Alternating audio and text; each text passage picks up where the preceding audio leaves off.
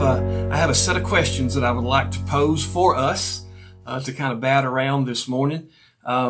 They're actually questions that I'm borrowing. Amanda Westbrook put these on her page yesterday or maybe day before, and she's gotten some good feedback. She's gotten some thoughtful answers out of the questions that she asked on that page, on that post yesterday.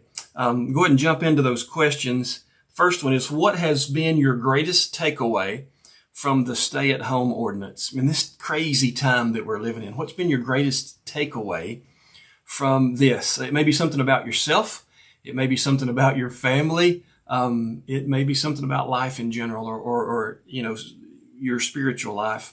One of the things that I have taken away from this is my absolute need to be around people. I talked yesterday a little bit about getting to be with the other pastors in town. We do that on Monday mornings. We get to participate in a prayer time every Monday morning. And I tell you, by the time that day rolls around, I'm craving that interaction with my friends who are the other pastors here in town. So my need to be around people and to have conversation and to be in prayer with them is one of the things that's going to be my takeaway from this time. The next question that's asked there in that post is, what ways have you found to stay involved in church and in Bible study? And of course, being a pastor, I'm still preaching every Sunday. I'm still doing Bible studies most Sunday nights. And so I'm still teaching my Sunday school class through Zoom on Sunday mornings. So that's something that has continued. It's continued and it looks different, but the question isn't just for me. It's for all of us. Maybe you've found a way. Maybe you've uncovered a resource that has become your go-to for Bible study or for listening to different perspectives on what the gospel has to say and how it speaks into our life. I'd love to see you share that. The third question that was posted there is, how have you helped your community in this time? The Easter service that we did, where we had drive-in Easter at the high school and used the little FM broadcaster to have the message be presented in everybody's car all at the same time. That same little FM broadcaster is going to find itself all over this town in the coming days. There's going to be a group that uses it for a movie night coming up. There may be another group that gets to use it out at the school as well. So, the school may get a chance to use it in the coming days or weeks as well. Just something small, something that you've experienced them before. You know them from the going to driving through Christmas lights, where you turn your radio station to a certain spot so you can listen to the Christmas music that goes with the lights there.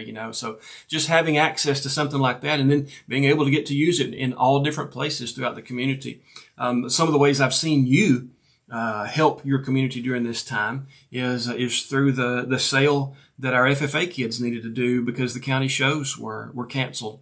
There was a group of folks here at the church who wanted to try to support those kids by maybe buying a steer or a hog, and supporting those kids. But by the time we got everything together, they'd already all sold. So you guys, I know, are already looking in that direction and helping your community in this difficult time, helping those kids that have invested so much in what they've done through raising those animals.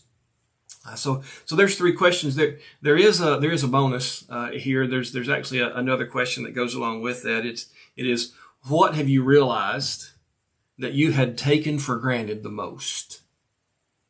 Now, there are moments in the past couple of months where we've realized we've missed something, where we haven't had access to what we normally have had access to.